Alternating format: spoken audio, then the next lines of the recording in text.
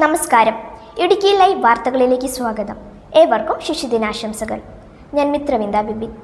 Idukki live channel സന്ദർശിച്ച് Kattappana saint George LP school വിദ്യാർത്ഥികൾ ശിശുദിനാഘോഷങ്ങളുടെ ഭാഗമായി വാർത്ത തയ്യാറാക്കുന്നതും വാർത്ത അവതരണവും നേരിട്ട് കണ്ടു മനസ്സിലാക്കുന്നതിനാണ് കുട്ടികൾ ഇടുക്കി ലൈവ് ന്യൂസ് സ്റ്റുഡിയോയിൽ എത്തിയത്. വാർത്ത കാണാം. ടെലിവിഷനിൽ വാർത്ത കണ്ടു മാത്രം പരിചയമുള്ള കുട്ടികൾക്ക് വാർത്താ ശേഖരണവും അവതരണവുമെല്ലാം പുത്തൻ അനുഭവമായി മാറി. ശിശുദിനം എങ്ങനെ വ്യത്യസ്തമാക്കാം എന്ന ആശയത്തിൽ നിന്നുമാണ് കട്ടപ്പനയിലെ ഇടുക്കി ലൈവ് സ്റ്റുഡിയോ സന്ദർശിക്കാം എന്ന ആശയത്തിലേക്ക് കട്ടപ്പന സെന്റ് ജോർജ് LP സ്കൂളിലെ അധ്യാപകരും കുരുന്നുകളും എത്തിച്ചേർന്നത്.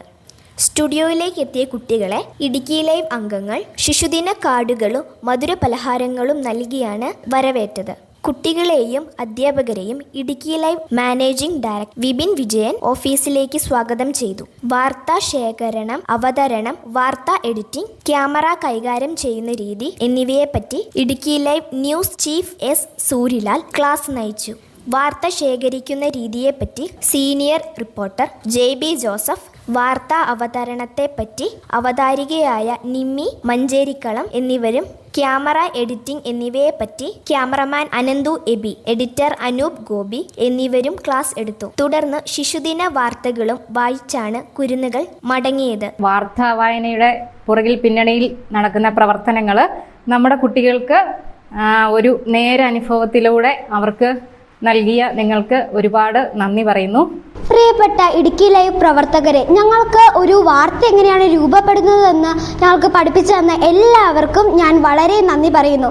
ഒരു വാർത്ത ഞങ്ങളെ കൊണ്ട് വായിപ്പിച്ച് വാർത്ത എങ്ങനെയാണ് പറയുന്നതെന്നും ഞങ്ങളെ പഠിപ്പിച്ചു തന്നതിന് വളരെയധികം നന്ദി.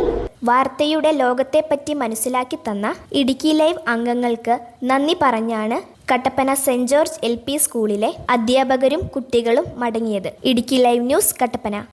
News, advertising, events, live, branding, social media marketing, media productions, ശബ്ദ ദൃശ്യ വിസ്മയങ്ങളുമായി Idukki live media productions, ITI junction, Kattappana.